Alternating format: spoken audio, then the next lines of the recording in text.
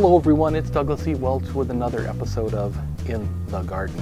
And I just want to remind you that sometimes there's a very important thing you need to do in your garden that many of us seem to forget over time, myself included. And that's what I'm doing right now. Simply sitting, maybe having a cup of coffee in the morning and enjoying your garden.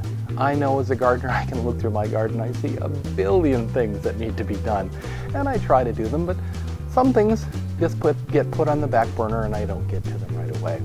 So if you're having trouble just enjoying your garden, please just take your favorite beverage, have a meal even out in your garden, enjoy it for what it is and what it brings into you, your life, and also brings to your family.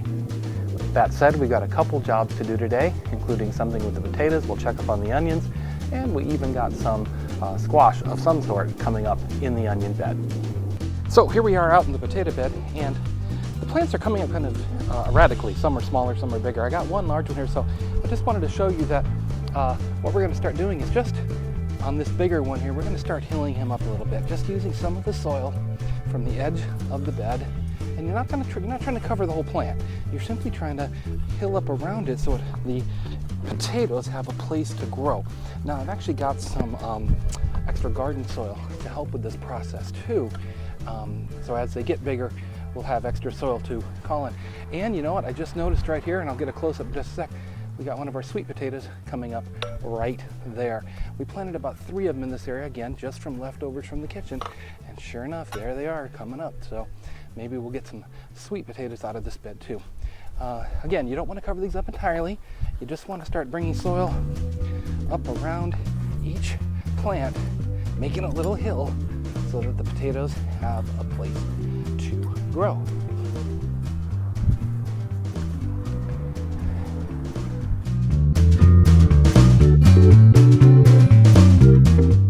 And here you go, here's a close-up of the sweet potato coming up.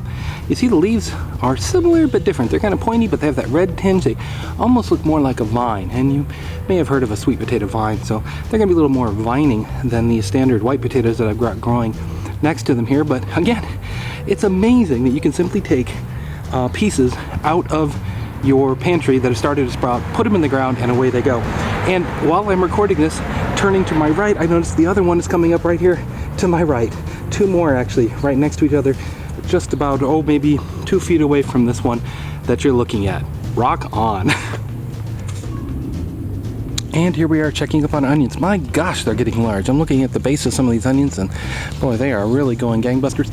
What I wanted to show you here too, what's in the background, right over there, you may notice peeking out, is some sort of squash. Now, it could be a pumpkin, or it could be a zucchini. And the reason I don't know which it is because there were both zucchini and pumpkins growing in this bed last season. They didn't fruit anyway. I think they were planted at the wrong time, and so they really didn't get on very well.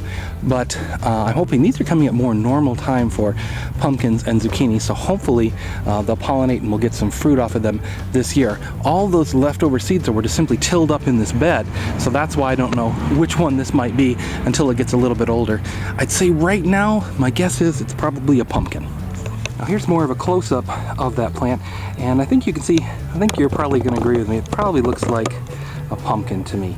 I think zucchinis have different leaves, but when it comes to any member of the squash family, all bets are off. I had what I thought was a cucumber coming up in one of my containers last year, and it ended up being a cantaloupe, and I couldn't tell until the plant got a little older and it started to set fruit. So, what do you guys think? Leave your notes in the comments. I'd love to hear what you think about this, what ideas you might have of what exactly this might be. And of course, as with any garden, there's always weeding to be done. Now, thankfully around here, we do a good job with soaker hoses and stuff. We only try to get the water where it's actually needed, on the beds, not out here in the paths, and not in parts of the beds that don't really need it to grow the food that's there. So this cuts down on the amount of grass that we have to pull, which is what normally our most invasive weed is just this nut grass that pops up. Again, it can be pretty tenacious. Right now, we've had plenty of rain though, so the soil is loose, and the grass just comes right out of the ground, as you can see there. Now, as it gets further into the summer though, it can become harder and harder, and I typically have to take my hoe to it, and actually it's somewhat back-breaking work. But we just shake off the soil that's there, toss it up in a pile, and then get that into the garden bin. I don't put it in the composter only because I'm afraid it's not going to break down. This is going to lead to more grass coming in in the future, so we try not to do that big clump here in the actual bed. Now, of course, the reason all this grass has popped up is because of all the rain we've had. We've had a pretty good rain season this year. Don't know when it's going to end. You can never tell. Here it is March, and you know, we never know. We might have seen the last rain we'll see for the year. So I hope that's not the case, because I really hate to spend all my time watering, but that's just part of the nature of the beast here in Southern California. Well, that's it for this episode of In the Garden. I hope you've enjoyed it. Hope you enjoy seeing what's going on in my garden. Love to see what's going on in yours. If you have a YouTube channel, please send it along. I'd love to check it out. For more information on this podcast and all the other blogs and podcasts I do, you can always visit douglasewelch.com. There you'll find links to all the different podcasts, My Word, My Gardener's Notebook, Technology IQ, Careers in New Media, and Career Opportunities. Again, douglasewelch.com. Until next time, keep digging.